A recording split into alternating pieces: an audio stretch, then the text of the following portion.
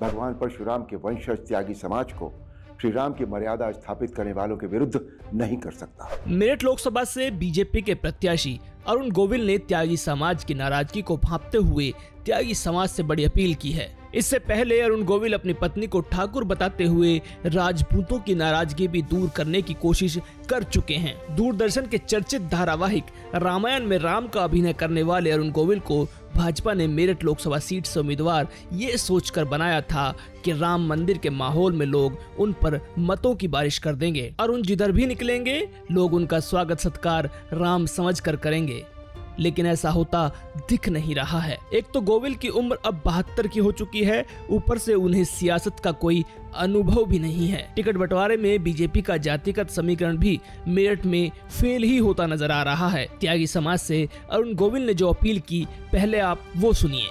कोई है कोई एक दास तुम्हारा।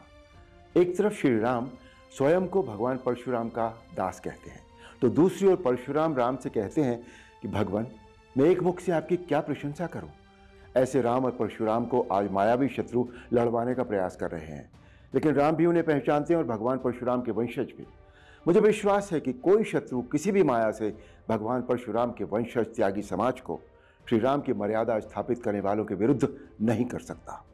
आइए 26 अप्रैल को धर्म के रक्षण और पालन को सुनिश्चित करने के लिए भारत की समृद्धि और राम राज्य के पक्ष में मतदान करें।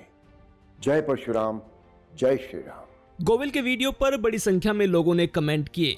विशान त्यागी ने लिखा, बीजेपी को त्यागी समाज की नाराजगी का एहसास हो चुका है, चलो जय श्री राम, जय परशुराम। तो वहीं एक यूजर ने चुनाव आयोग से अरुण गोविल की शिकायत भी की। यूजर ने लिखा, राम के नाम पर राजनीति हो रही है और चुनाव आयोग पता नहीं कहां सो रहा है। पूरे चुनाव प्रचार के दौरान अरुण गोविल ने कहा कि बीजेपी जात पात में भरोसा नहीं करती, लेकिन त्यागी राजपूत समाज ने उनके संसदीय क्षेत्र और आसपास हुई पंचायतों में बीजेपी को हराने का संकल्प लिया तो गोविल घबरा गए। राजपूत बहुल गांव सिसोली में मुख्यमंत्री योगी उनका प्रचार करने आए तो गोविल बोले, मेरी पत्नी श्रीलेखा भी राजपूत हैं, वो अलीगढ़ जिले की चौहान हैं। बड़ा सवाल है, क्या इससे राजपूतों की नाराजगी दूर हो पाएगी? अरुण गोविल के पिता मेरठ में नगरपालिका के जलकल इंजीनियर थे।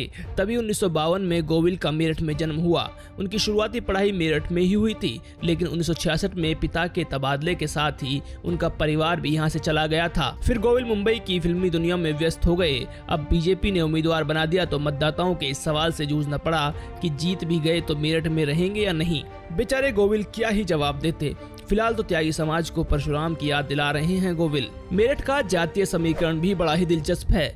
यहाँ 2,10,000 से ज्यादा त्यागी ब्राह्मण वोटर हैं, तो वहीं 5,50,000 मुस्लिम वोटर। दलित वोटों की बात करें तो ये आंकड़ा 3 लाख से ज्यादा का है। वहीं वैश्य 2,25,000 हैं, ठाकुर 60,000। अरुण गोविल की लड़ाई सीधे तौर पर बीएसपी के प्रत्याशी देवव्रत त्यागी से है, क्योंकि त्यागी समाज के 2,10,000 वोटर और दलित समाज के 3 लाख वोटर ही मिलकर करीब 5 लाख वोट बैठते हैं। और वहीं अगर इसमें मुस्लिम वोट भी जोड़ दिया जाए तो ये आंकड़ा 10 लाख को पार कर जाता है। इसलिए माना जा रहा है, अगर त्यागी, ब्राह्मण, दलित और मुस्लिम वोट बीएसपी को ट्रांसफर हो जाता है तो अरुण गोविल के लिए राह आसान नहीं होगी।